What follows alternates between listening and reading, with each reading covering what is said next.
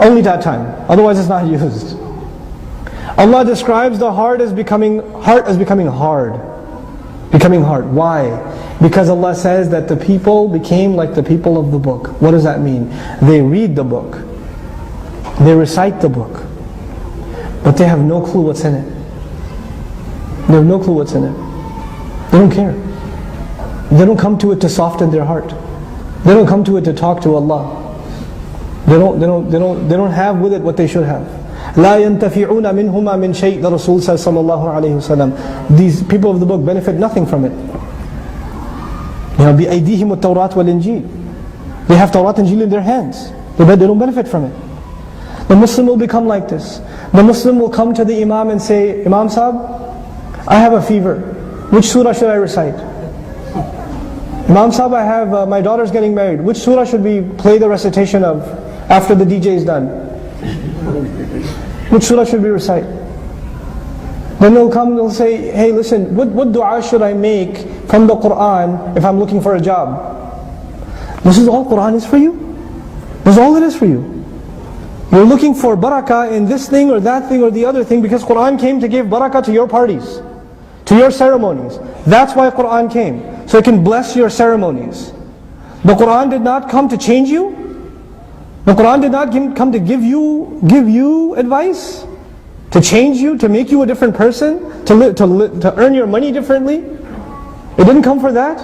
It just came so you hire some guy at your wedding, and he comes and recites Qur'an and women put napkins on their heads. That's why Qur'an came? That's what Qur'an is to you?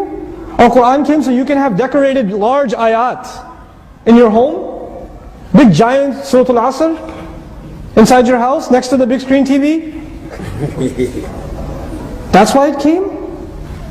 Qur'an came so you can hang in the rear view mirror?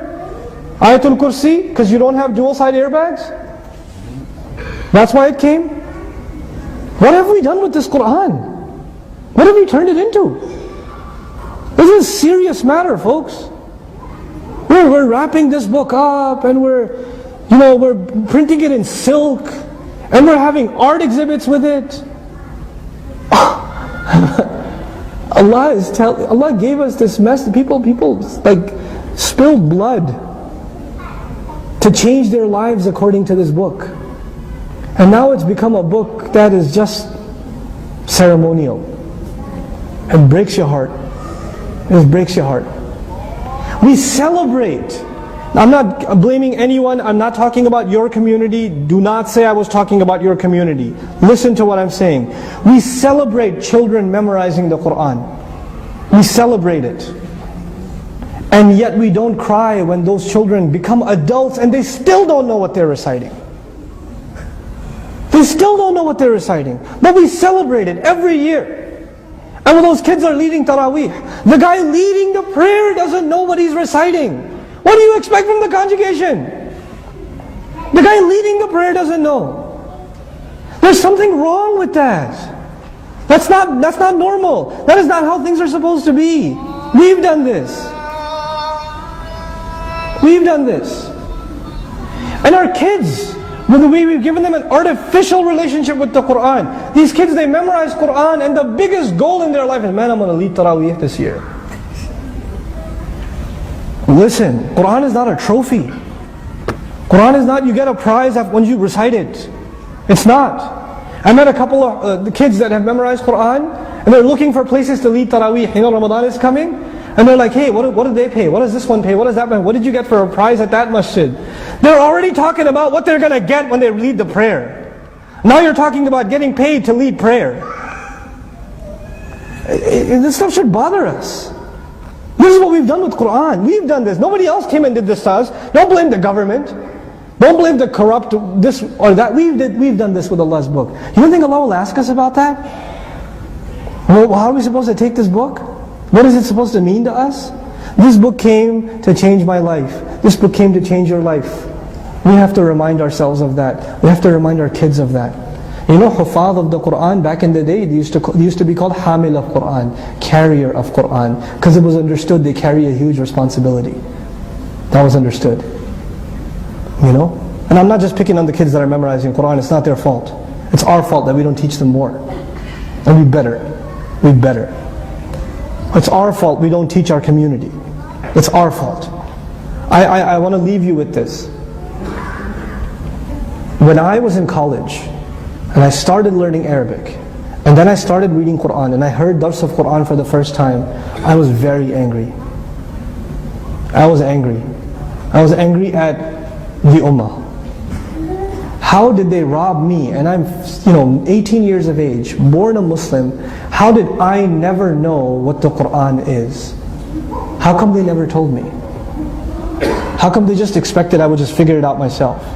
How come they didn't tell me this book is the most important treasure I will ever have in my life? How come they never told me that 23 years of the most difficult struggle in human history, the struggle of Rasulullah sallallahu alaihi wasallam, the culmination of it was فَلْيُبَلِّغِ الشَّاهِدَ الْغَائِبِ بَلِّغُوا عَنِّي وَلَوْ آيَةً. Give on my behalf, even if you can give an ayah, just give. Give an ayah on my behalf. Rasulullah sallallahu alaihi wasallam just wanted the world to know this book, and my own ummah didn't care to give it to me.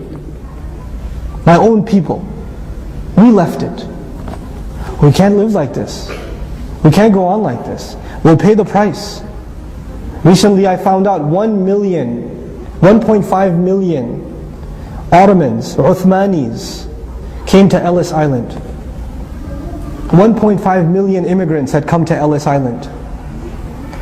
10,000 or less of their descendants are Muslim today. 1.5 million. Qur'an, guys. Qur'an. This book, it's either going to testify for you and me on Judgment Day, or it will testify against us. Those of you that were in the class, I want to leave you with a reality check. I try to make it my job to make Arabic more enjoyable to learn, to make Qur'an easy to understand. I try to make that my job.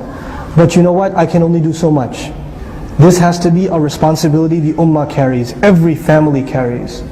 We gotta know our book, guys. Whatever Qur'an you've memorized, at least study that tafsir. At least request the imam to do tafsir of those surahs that you've already memorized. If you've already memorized the surahs from Juz Amma, just take advantage of our podcasts, free downloads. The only thing it will cost you is your time. At least learn what Allah is saying in those surahs.